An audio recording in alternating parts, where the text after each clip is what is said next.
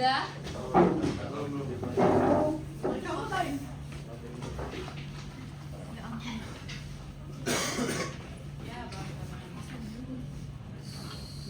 Oke, 10B boleh tenang. Kita dengarkan dulu kelompoknya Abel. Alumni sudah bisa?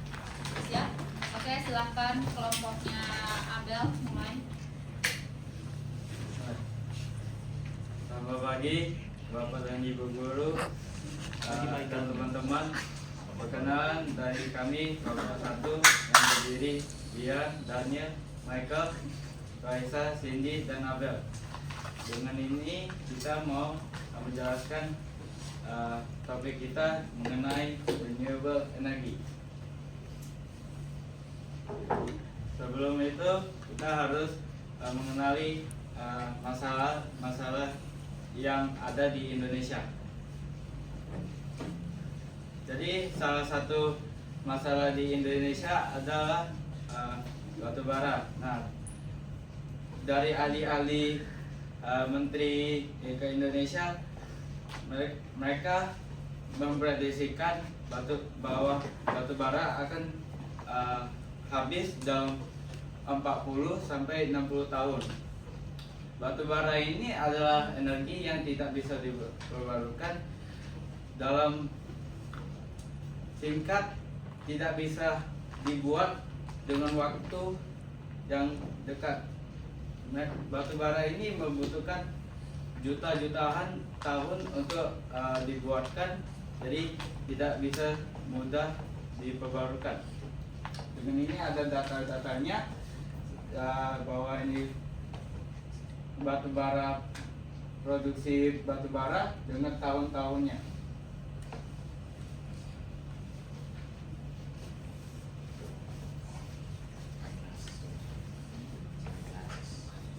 Seperti das tadi di gambar tersebut, pembangkit listrik merupakan sumber gas rumah kaca tinggi. Lalu pada tahun 2024 sekitar 353 juta ton, itu setara dengan karbon dioksida, dan juga 26,7% emisi gas rumah kaca yang ada di Indonesia itu berasal dari pembangkit listrik.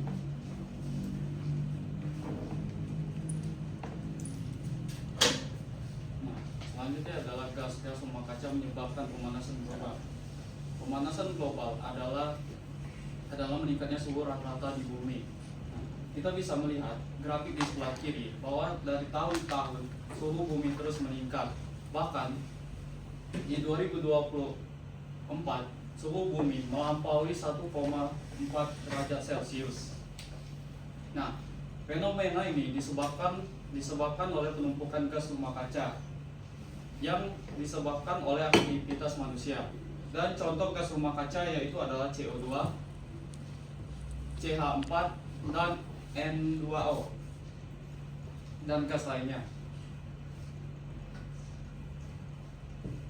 Jadi pada bagian ini kami merumuskan sebuah solusi yang gunanya untuk memanfaatkan jenis energi terbarukan yang lebih ramah lingkungan. Jadi solusi yang kami usulkan itu adalah dengan cara membuat sebuah prototipe yang menggunakan energi angin yang akan kami jelaskan di slide ini. Jadi prototype innovation name kami atau nama inovasi yang kami buat itu adalah Homo Generator.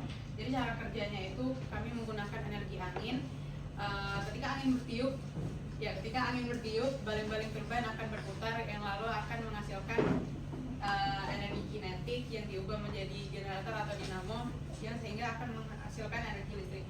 Listrik tersebut bisa digunakan untuk menghidupkan lampu seperti prototipe yang kami buat, lalu bisa digunakan untuk memanfaatkan penggunaan perangkat kecil. Jadi apa tujuan dari alat ini? Jadi alat ini sebagai alternatif yang ramah lingkungan dan juga dapat menggantikan batu bara yang habis. Dan juga ini biasanya cocok di daerah pesisir Indonesia karena anginnya itu lebih kencang dan juga lebih sering bertiup, sehingga dapat menghasilkan listrik. Dan juga jika kincir angin itu memakai atau menggunakan listrik yang lebih banyak daripada yang dibutuhkan, listrik tersebut masih dapat disimpan di sebuah baterai yang namanya itu lithium ion, dan sehingga listrik tersebut masih tetap dipakai walaupun anginnya itu sudah tidak bertiup lagi ataupun sudah terlalu lemah untuk menekan kincir angin. Dan juga di dalam rangkaiannya ini terdapat saklar yang fungsinya itu untuk menghidupkan dan juga mematikan lampu sehingga dapat menghemat penggunaan listrik. Kemudian bagian ketiga kami akan membahas mengenai rancangan rekayasa kami.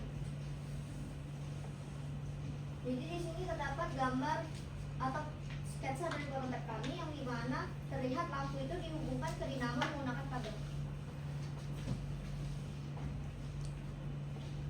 Jadi ini ada maketnya. Jadi untuk alat dan bahannya akan dijelaskan oleh Bian di slide selanjutnya. Jadi kita menggunakan hair dryer sebagai angin yang kencang dan dapat di baling-balingnya.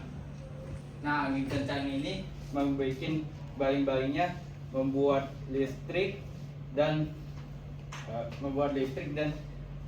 transfer melewati kabel dari sini ke lampu di dalam rumah. Tambahan ini tadi dokter bahwa lampunya menyala dengan kabel.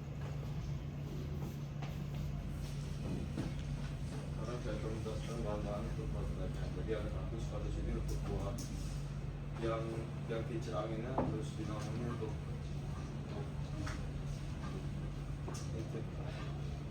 muterin kincir anginnya, terus kabelnya ini untuk nyambungin kincir anginnya ke lampu LED lainnya, terus pin ini untuk jadi nyambunginnya, terus solder biar konasinya, terus routing bahan-bahannya. Terus sekarang bahan-bahan maketnya, kardus untuk buat rumahnya, terus styrofoam untuk alasnya, terus kertas berwarna untuk ngasih warnanya, terus ada gunting juga, terus double tape sama lem tempat itu untuk melengketin komponen-komponen yang ada di market.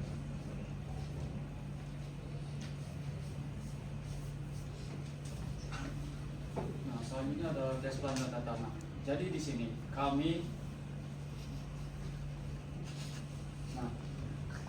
selanjutnya yaitu adalah variabel diukur. Nah, variabel yang kami ukur adalah tegangan yang dihasilkan. Nah, tegangan ini kami ukur menggunakan alat yang bernama voltmeter. Oke, sekarang saya akan menjelaskan data-data yang kita peroleh dengan menggunakan voltmeter. Pertama-tama kita untuk menguji coba datanya kami menggunakan dua ukuran baling-baling. Yang pertama yang kecil dan ada juga yang besar. Dan untuk angin dan untuk baling-balingnya kita menggunakan dryer dengan dua level. Pertama menggunakan level 1 dan yang kedua adalah level 2. Seperti kita bisa lihat jika kita menggunakan baling-baling itu lebih kecil dan menggunakan hair dryer dengan level 1, voltage yang dihasilkan hanya 1,52. Sedangkan jika level 2 di mana angin lebih kencang sehingga baling-baling berputar lebih kencang, energi ataupun voltage yang dihasilkan akan lebih besar, yaitu 2,57 voltage. Kami juga ada tampilkan dalam bentuk grafik. Sedangkan ini untuk menggunakan baling-baling lebih besar.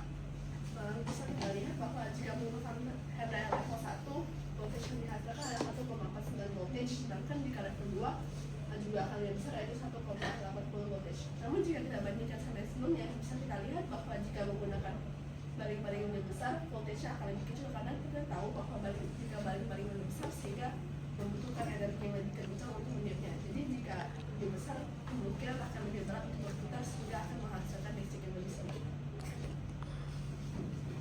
Nah, sekarang kami ada melakukan suatu comparison di mana kita membandingkan apakah sebenarnya prototipe yang kita pilih ini menguntungkan atau tidak.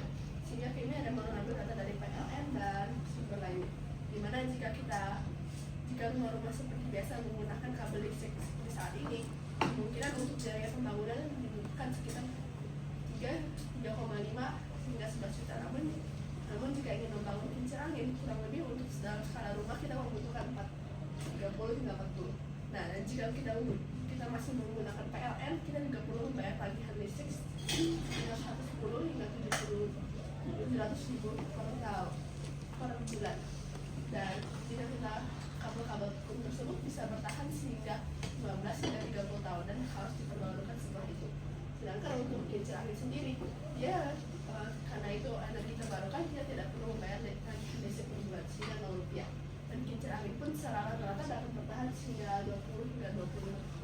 Karena kita saya misalnya waktu maksimal kincir angin adalah 25, sehingga jika kita totalkan secara 25 tahun, pengeluaran yang dibutuhkan untuk bayar tadi ke PLN adalah sekitar 220 sedangkan jika kincir angin hanya sekitar 40, yaitu hanya biaya saat kita ingin membuatnya. Sehingga jika kita bandingkan, dapat kita lihat dengan jelas bahwa tidak hanya kincir angin itu lebih menguntungkan, namun seperti kita tahu kincir angin juga ramah lingkungan dan baik untuk lingkungan di sekitar kita.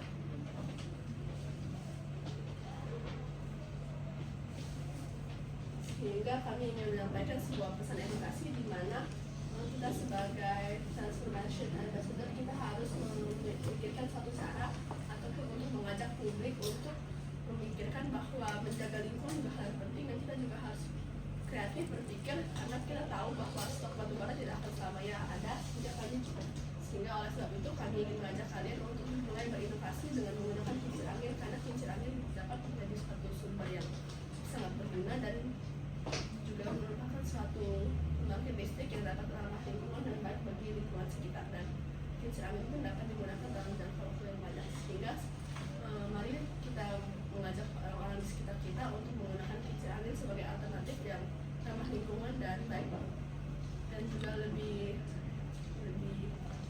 praktikal.